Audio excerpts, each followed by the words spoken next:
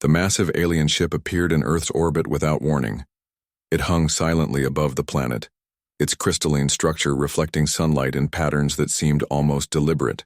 People around the world stopped and stared at the sky. Some ran in fear. Others watched in wonder. No one knew what to make of the vessel that dwarfed even the largest human space stations. Commander Jack Hughes stood on the bridge of the EDF, Guardian, Earth's largest defense vessel. Even though the Guardian was the pride of humanity's fleet, it looked like a toy beside the alien ship.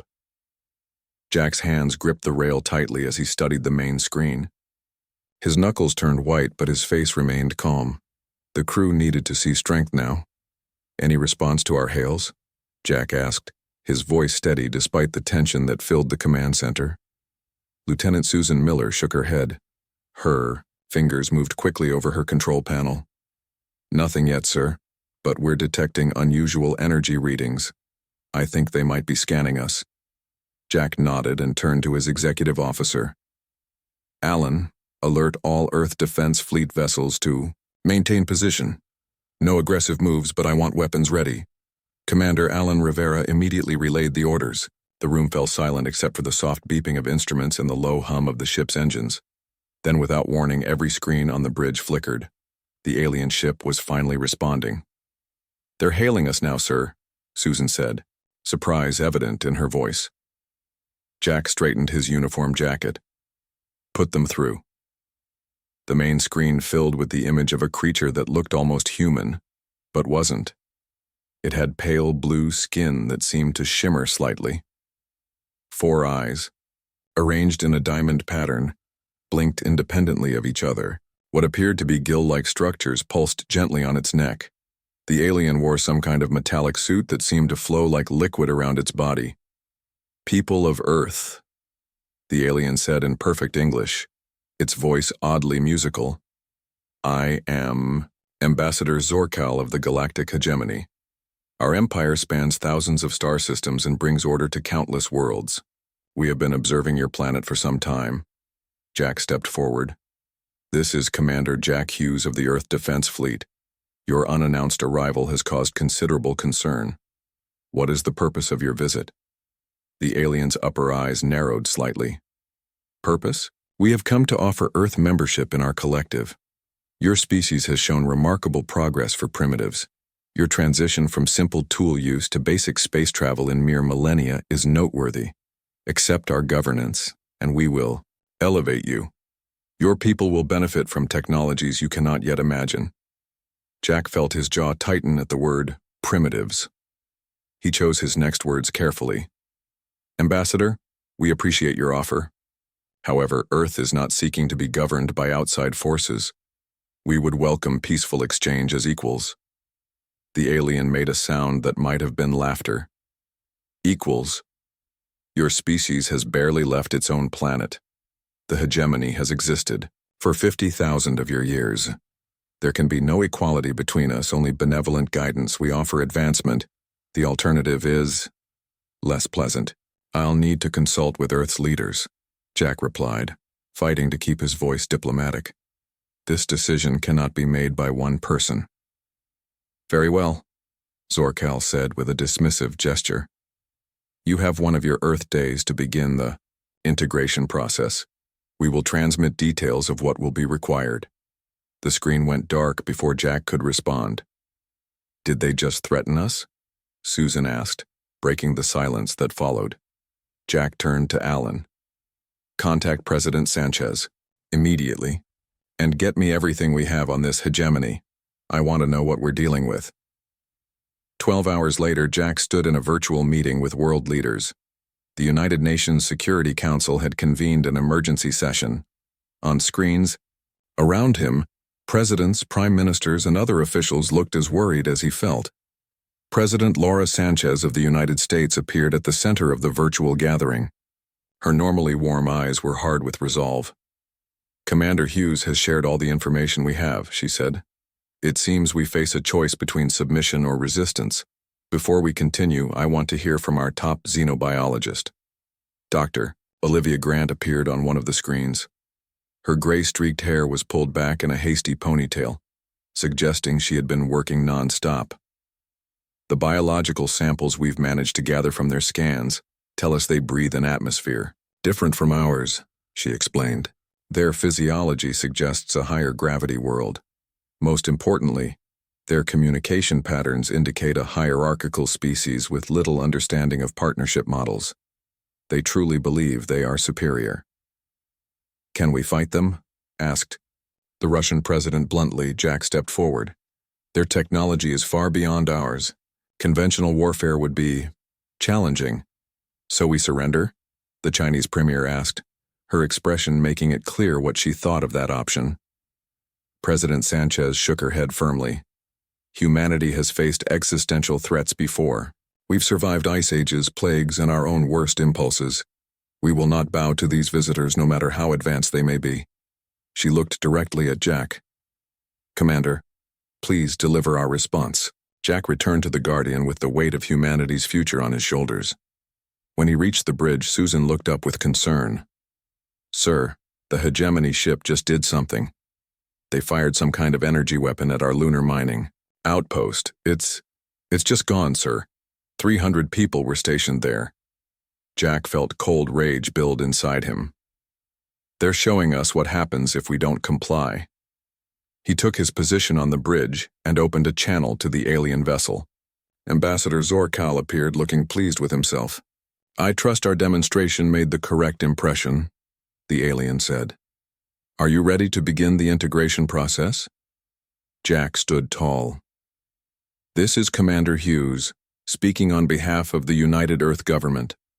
We have considered your offer and have a response. He paused, making sure his words would be clear. Earth will not surrender its sovereignty.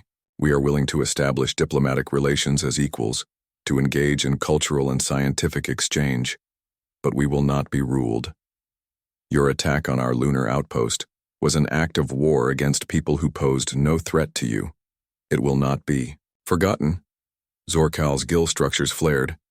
You reject our generous offer? Perhaps you misunderstood the demonstration. That was merely a fraction of our capability.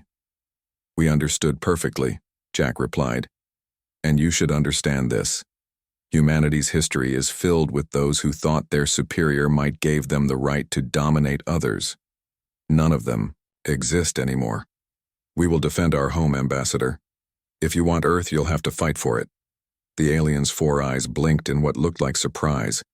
Then you choose the hard path. So be it. As the communication ended, Jack turned to his crew. Their faces showed fear but also determination. They think we'll fold, Jack told Alan quietly. They have no idea what they've just awakened. The month after Earth's defiant response to the galactic hegemony passed in a blur of activity. Humanity knew they had limited time before the aliens would return in force. Deep beneath the Rocky Mountains, in a facility few people knew existed, Dr. Olivia Grant worked with barely any sleep. Hand me that sample, she said to her assistant, pointing to a small container holding a piece of alien technology. The lab was filled with equipment taken from crashed hegemony scout ships. Earth's special forces had managed to disable 3 of them in daring raids since the first encounter. Olivia placed the sample under a powerful microscope and adjusted the settings. Her eyes widened as she studied the material. It's responding to our atmosphere, she said quietly. Look at how the surface is changing. General Paul Harper stood nearby, watching with interest. He was a tall man with short gray hair and eyes that had seen many battles on Earth. Now he faced an enemy from the stars. Is that good news for us? He asked. Olivia nodded slowly. Very good news. Their biology is their weakness. They breathe a different atmospheric composition. Their technology is advanced, but their physiology has vulnerabilities. She turned to face him. We can use this. Across the globe, humanity prepared. Old enemies set aside their differences. Chinese scientists worked alongside Americans. Russian combat specialists trained with European special forces. The threat from beyond Earth had united people in a way nothing else could. In a secure facility near Washington, D.C., Secretary of Defense William Garrett met with leaders from around the world. Maps and holographic displays filled the room, showing Earth's defenses and the locations of hidden bunkers. We cannot win a direct confrontation, he told them honestly. But we don't need to. We just need to make the cost of conquering us too high. Meanwhile, a small team prepared for what might be the most important mission in human history. Navy SEAL Ryan Jones checked his equipment one last time. The special suit he wore had been designed to protect him from the hegemony's environment, while making him nearly invisible to their sensors. "Ready?" he asked, looking at Kate Morgan, the team's communications specialist. Kate nodded as she finished loading specialized tools into her pack. She was shorter than Ryan, but moved with the same quiet confidence. "As ready as I'll ever be to sneak onto an alien ship." Their team included 4 other elite soldiers from different countries. All had volunteered for what might be a one-way mission. They knew the stakes. The hegemony had established a forward base on Jupiter's moon Europa. Intelligence suggested it contained the data they desperately needed. "Remember," Ryan told his team as they boarded the stealth transport, "their overconfidence makes them sloppy. They don't expect resistance. Use that." The journey to Europa took 3 days in the specially designed ship. It used technology reverse-engineered from the crashed scout ships, allowing it to approach without detection. When they arrived, the alien base loomed before them, its strange architecture unlike anything built by human hands. "Landing zone clear," the pilot reported. "You have 20 minutes before the next patrol." Ryan led his team across the icy surface. Their suits kept them warm in the extreme cold. They reached an access point and Kate went to work. She connected her equipment to what looked like a control panel. "Their security is complex," she whispered as her fingers flew over her devices. "But they don't change their encryption patterns, because they've never needed to." After tense minutes, she smiled. "We're in." Inside, the team moved carefully through corridors designed for taller beings. The air was different, processed for hegemony breathing, but their suits protected them. They encountered 2 guards and silently subdued them. Kate found a data terminal and began the download process. "This is amazing," she said as information flowed into their devices. "Star charts, fleet positions, communication protocols." A sudden alarm blared through the facility. "We've been spotted," Ryan said calmly. "Plan B, set the charges." The Mayor team quickly placed explosive devices at key points throughout the base. As hegemony soldiers approached, Ryan's team fought their way back to their entry point. One team member was hit by alien weapons fire, his suit burning where the strange energy had struck. "Get him to the ship," Ryan ordered 2 others. "Kate and I will finish this."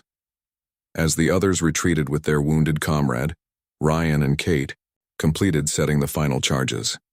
The hegemony forces were closing in, their weapons firing strange bursts of energy that warped the air. "Download complete," Kate said. "We have what we came for."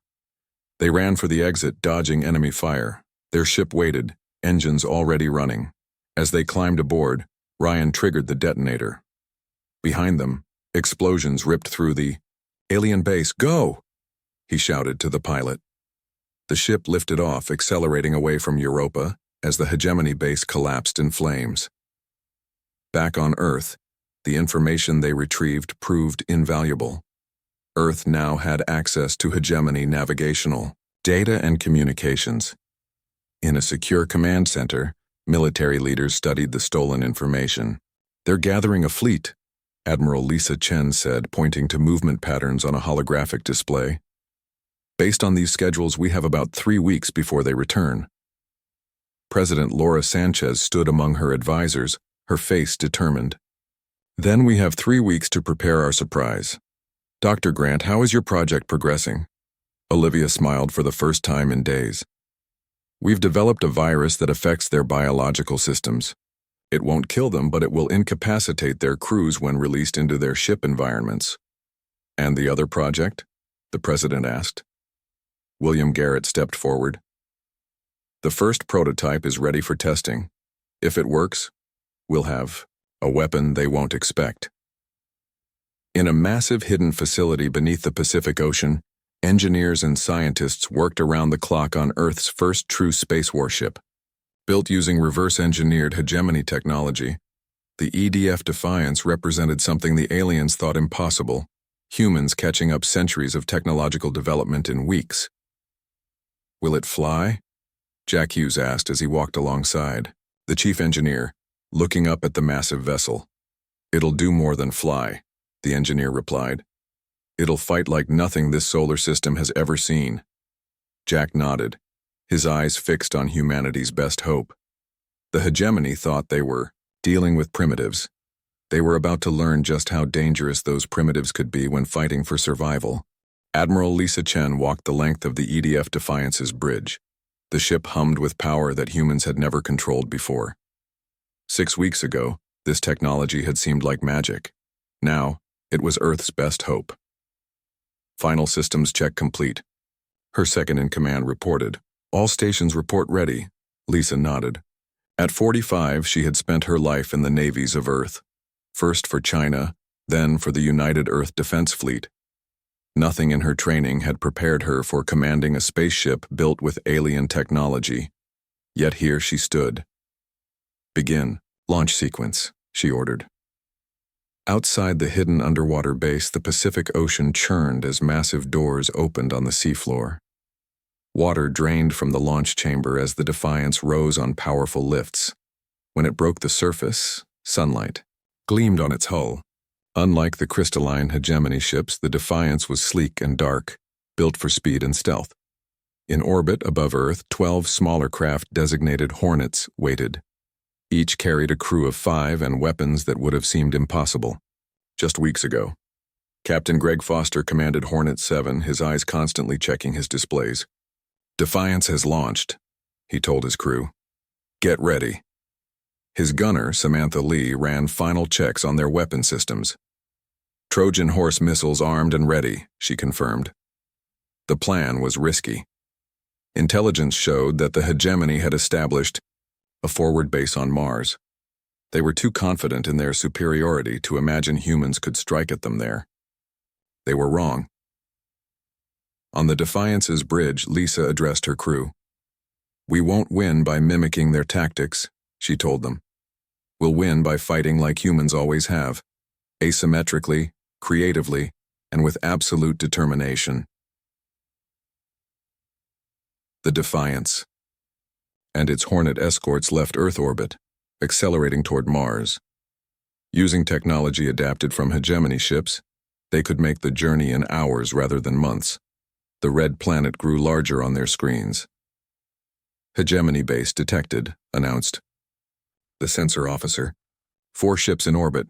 They haven't noticed us yet." Lisa smiled slightly. The stealth systems were working. "Hold position. Deploy the Hornets." The 12 smaller craft separated from the Defiance, spreading out to surround the Martian orbit. Each carried special missiles designed by Dr. Olivia Grant, weapons the hegemony would never expect. On Mars, hegemony commander Vraxtor stood in his control center, overseeing preparations for the invasion of Earth.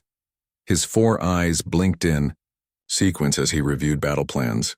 The primitives would be easy to subdue. Their defiance was amusing but futile. An alarm suddenly blared. "Unknown vessels detected," cried one of his officers. Vraxtor turned in surprise. "Impossible. Show me."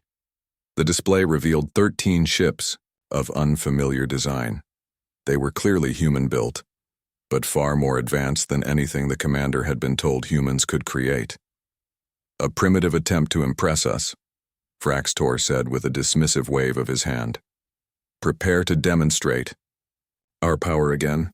But before his ships could power their weapons, Greg Foster gave the order from Hornet 7. "All Hornets deploy Trojan horse missiles.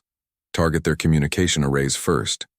Each Hornet launched 2 missiles toward the hegemony ships. The aliens didn't bother to evade what they saw as primitive weapons. Their shields could easily repel such attacks. But these weren't ordinary missiles. When they exploded near the hegemony vessels, they released what humanity had codenamed Trojan horse, quantum-entangled viruses that infected hegemony systems through their own communication channels. Dr. Grant had discovered that alien computers were vulnerable to certain attack patterns that human systems had overcome decades ago. On the hegemony flagship, systems began failing one by one. Lights flickered, weapons went offline. Life support faltered. "What is happening?"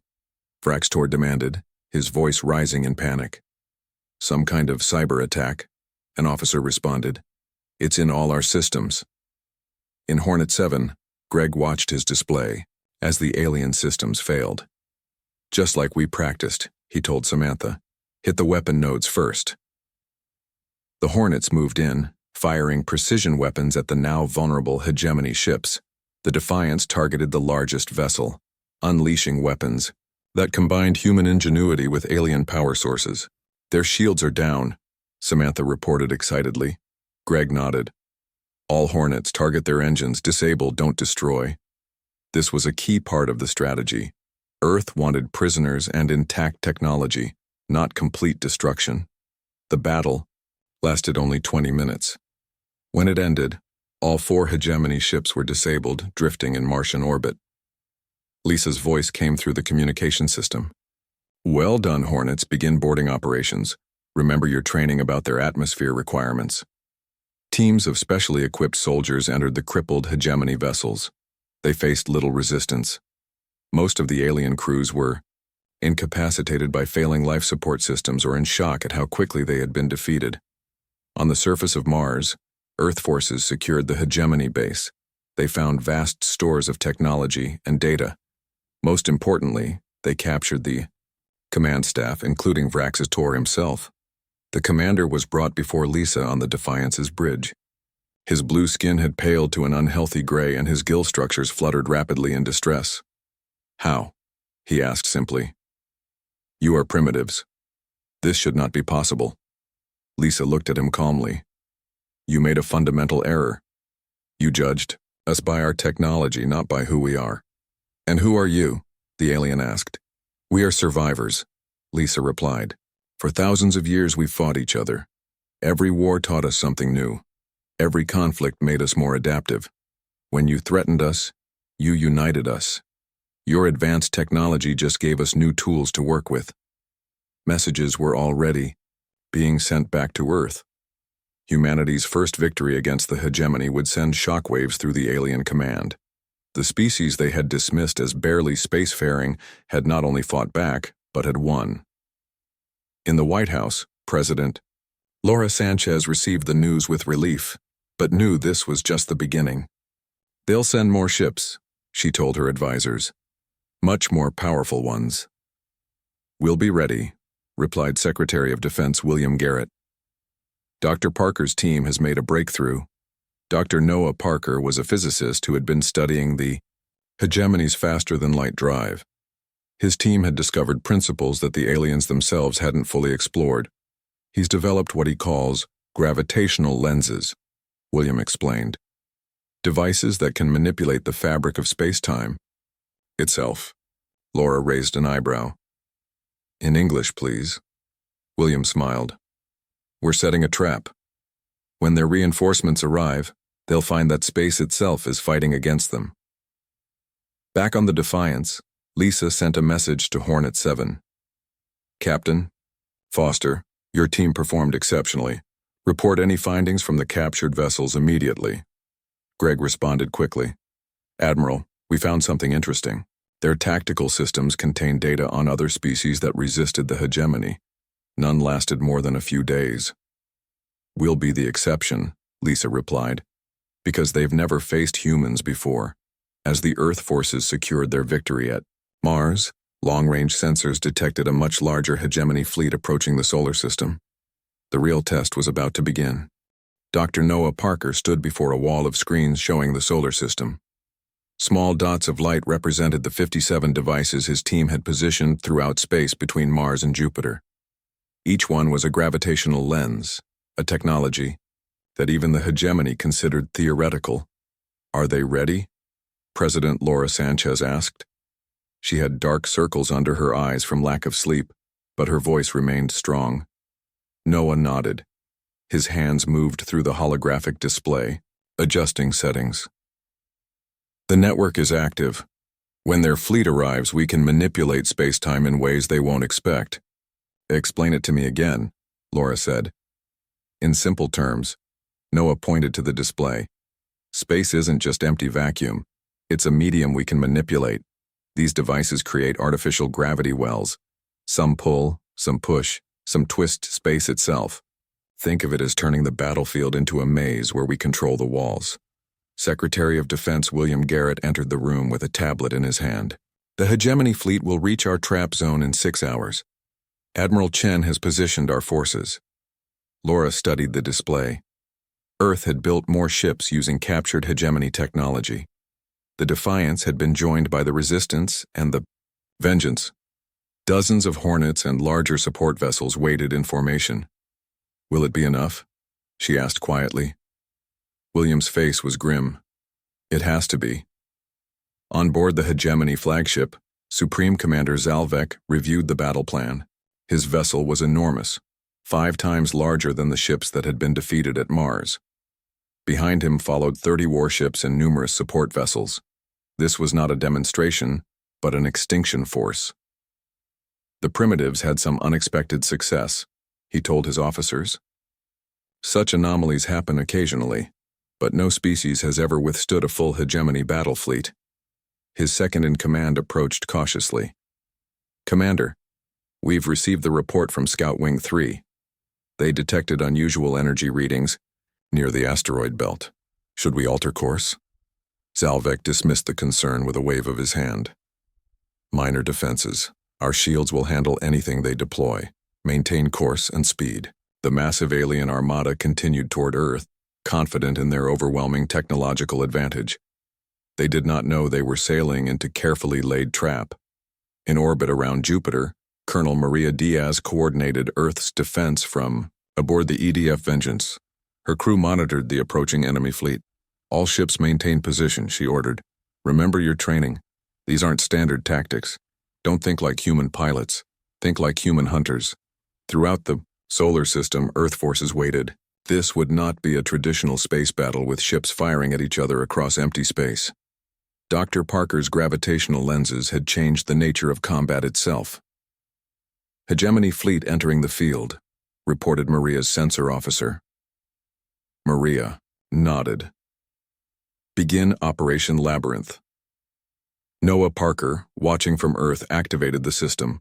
The gravitational lenses powered up simultaneously. In space between Mars and Jupiter, the fabric of reality began to change. The first hegemony ship disappeared suddenly, pulled into a gravity well so powerful it crushed the vessel into fragments. Another found itself flung off course, accelerating uncontrollably toward the sun. 3 more ships collided as space between them twisted unpredictably. On his flagship, Zalvek watched in horror as his supposedly invincible armada was decimated by invisible forces. Impossible, he hissed. These creatures were mining asteroids mere decades ago. Sir, his second-in-command cried, our navigation systems cannot compensate. Space itself seems to be changing around us. Retreat, Zalvek ordered. All ships pull back beyond Mars orbit. But retreat wasn't simple. The gravitational lenses affected different areas in different ways. Ships trying to turn around found themselves pulled in unexpected directions. Some vanished entirely, compressed, into singularities by artificial black holes that formed and disappeared in seconds. This was when Earth's fleet moved in. The Hornets darted between distorted space zones, striking at confused hegemony vessels. Unlike the aliens, human pilots had trained for weeks in simulations of the distorted battlefield. Captain Greg Foster led his squadron toward the hegemony support vessels. Remember, he told his pilots, their ship systems are designed for logical space. They literally cannot process what's happening. The Hornets executed maneuvers that would have been suicidal under normal conditions. Deliberate collisions followed by precise teleportation, kamikaze runs that ended with pilots being rescued at the last second through dimensional folding. They think linearly, Maria told her pilots from the Vengeance. We don't have that luxury. The larger Earth vessels engaged the few hegemony warships that had avoided the gravitational traps. The Defiance, commanded by Admiral Lisa Chen, took on Zalvek's flagship directly. Their shields are fluctuating, reported Lisa's tactical officer. The spatial distortions are affecting their power systems. Lisa nodded. Target their drive section. Fire all batteries. The Defiance unleashed weapons that combined human ingenuity with hegemony power sources. Beams of energy struck the alien, flagship cutting through weakened shields and armor. Aboard his crippled vessel, Zalvek struggled to understand what was happening. How can they control such forces? This technology should be beyond them. His bridge rocked from another hit. Systems failed around him. Fire suppression activated, filling the command center with chemical fog. "Sir," an officer reported, "half the fleet is destroyed or crippled. The rest are scattered. We must abandon ship." Zalvek stared at the tactical display in disbelief. The species they had dismissed as primitives had turned space itself into a weapon. For the first time in the history of the hegemony, a full battle fleet faced defeat. "Send the emergency signal," he ordered reluctantly.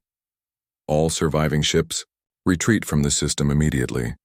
Those hegemony vessels still capable of faster-than-light travel activated their drives. One by one, they vanished from the solar system, leaving behind the wreckage of what had been a mighty armada. On the Vengeance, Maria's crew cheered as they watched the enemy flee. "We did it," her second-in-command said in amazement. "We actually beat them." Maria's expression remained serious. "We won a battle, not the war. They'll be back with something worse." In the White House Situation Room, President Sanchez received reports of the victory with cautious relief. "Casualties?" she asked. "We lost 7 Hornets and the support ship." "Courage," William reported. "The Resistance suffered heavy damage but will be operational again in weeks." Laura nodded solemnly. Each lost ship represented brave humans who had given their lives to protect Earth. "And the hegemony losses?" "Over 20 ships destroyed completely, the rest damaged or forced to retreat. We've captured hundreds of prisoners and tons of intact technology." Dr. Parker looked up from his data. "More importantly, we've revealed our true capability. The hegemony will have to completely rethink their approach to Earth. They've never encountered a species that could manipulate space-time itself." Laura turned to her advisors. "Then we have a window of opportunity. It's time for Phase 2. 1 year had passed since humanity's victory over the hegemony battle fleet. Earth had used that time wisely. Technology captured from alien vessels had been studied, improved upon, and incorporated into a new generation of ships. What had once seemed like magic was now understood science. Commander Jack Hughes stood on the bridge of the EDF Retribution, a vessel larger than anything humanity had built before. Its hull gleamed with a dark blue metal that absorbed radar and light, making it nearly invisible even when not using its stealth systems. "Navigation. Status report," Jack ordered. "Final jump calculations complete, sir," replied the navigator. "We can reach Hegemony Prime in one transition." Jack nodded. A year ago, such a journey would have taken multiple faster-than-light jumps and weeks of travel. Now, Earth vessels could cross the galaxy in a single leap, using principles that even the hegemony hadn't fully understood. President Laura Sanchez stood nearby, watching the stars on the main screen. Beside her was Dr. Olivia Grant, now head of Earth's Xenological Defense Initiative.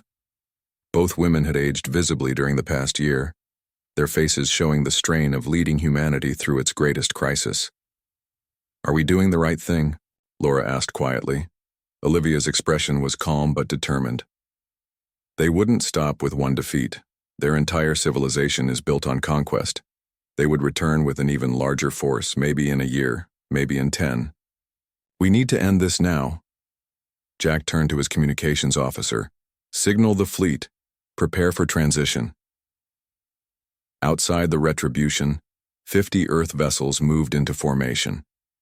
Each represented the pinnacle of human engineering combined with adapted alien technology. They had been built in secret facilities throughout the solar system, preparing for this moment. "All ships report ready, Commander," the communications officer announced. Jack looked to President Sanchez. The final order had to come from her. Laura took a deep breath. "Proceed," Jack nodded. "Execute jump." Space seemed to fold around the Earth fleet. Stars stretched into lines and then vanished completely. For a moment there was nothing but darkness. Then reality reasserted itself and they were there, orbiting Hegemony Prime, the homeworld of the vast empire that had thought to subjugate Earth. The planet below was beautiful in its way, with purple oceans and land masses covered in blue-green vegetation. Massive cities sprawled across the surface, gleaming with crystalline towers. Around the planet orbited thousands of defense platforms and hundreds of ships. "We've achieved complete surprise," reported the tactical officer. "Their defense grid is not on alert status." "Deploy the shield," Jack ordered. From the Earth fleet, small devices spread out, creating a barrier that surrounded their vessels. Dr. Parker's gravitational lens technology had evolved. Now it could create a zone where no weapons could penetrate. On the planet below, alarms began to sound. Defense platforms turned and fired, but their energy beams bent away from the Earth fleet, harmlessly dispersing into space. "Open a channel," President Sanchez ordered. "To every world in their empire." The communications officer worked quickly. "The hegemony uses a galactic communication network. We can access it through their satellites. Channel open, Madam President." Laura stepped forward. When she spoke, her voice would be heard not just on Hegemony Prime but on thousands of worlds across the galaxy. "People of the galactic hegemony," she began. "I am Laura Sanchez, President of Earth. 1 year ago, your leaders thought to enslave a primitive world. They found instead a species that has spent its entire history preparing for war without knowing it. Every conflict, every struggle for resources, every revolution, they all taught us to adapt, to improvise, to overcome. On the Hegemony Throne World, Supreme Leader Cal Vantor watched the human fleet with disbelief. Reports flooded in from his advisors. The humans had somehow crossed vast distances instantly. Their shields defied known physics, and now they were broadcasting on the sacred Imperial channels. "Destroy them," he ordered. "Launch all ships." But his military commanders hesitated. "Supreme Leader, our weapons cannot penetrate their defenses, and their technology, it exceeds our own." On thousands of worlds throughout the Empire, beings of countless species watched and listened as Laura continued her message. "We have no interest in your territories or resources. We desire only peace and sovereignty.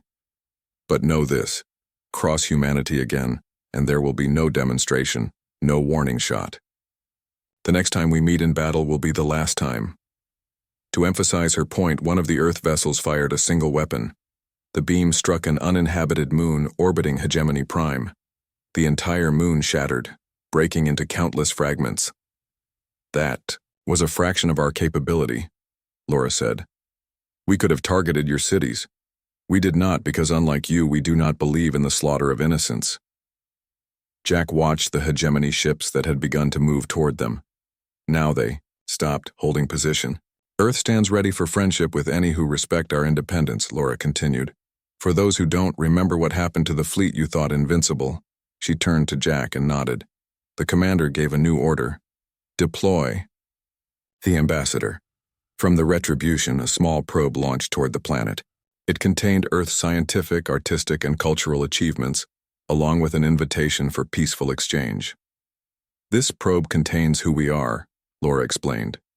"Not just warriors, but scientists, artists, philosophers, and dreamers. We offer it as a gesture of good faith." Then she addressed the Hegemony Supreme Leader directly. "You have one planetary rotation to respond. If you desire peace, we will know. If you choose war, so will you." With her message complete, Laura turned to Jack. "Now we wait." In his grand palace, Supreme Leader Cal Vantor raged at his advisors. How? How did primitives achieve this? His chief scientist, braver than the others, spoke truth. "They are not primitives, Supreme Leader. They never were. We judge them by their technology, not by their nature. Their history shows a species that evolved through conflict.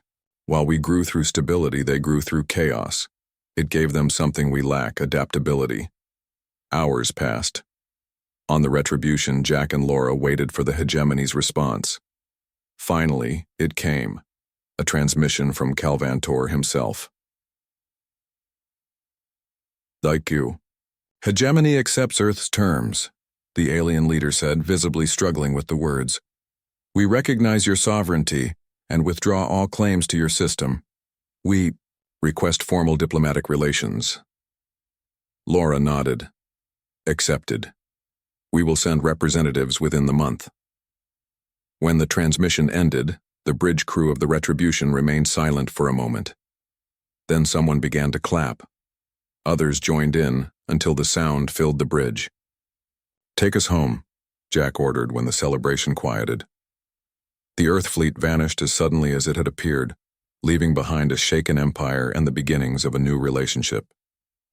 In the years that followed, the galaxy would come to understand a fundamental truth about the species from the third planet of an unremarkable yellow star. Humans make better friends than enemies. The galactic hegemony never threatened Earth again. Instead, a new era of cooperation emerged. Human adaptability and innovation complemented hegemony stability and experience. Together, they faced challenges that neither could have overcome alone. Commander Jack Hughes would later write in his memoirs, "We came to deliver a warning, but we left having delivered something more important, hope for a better future.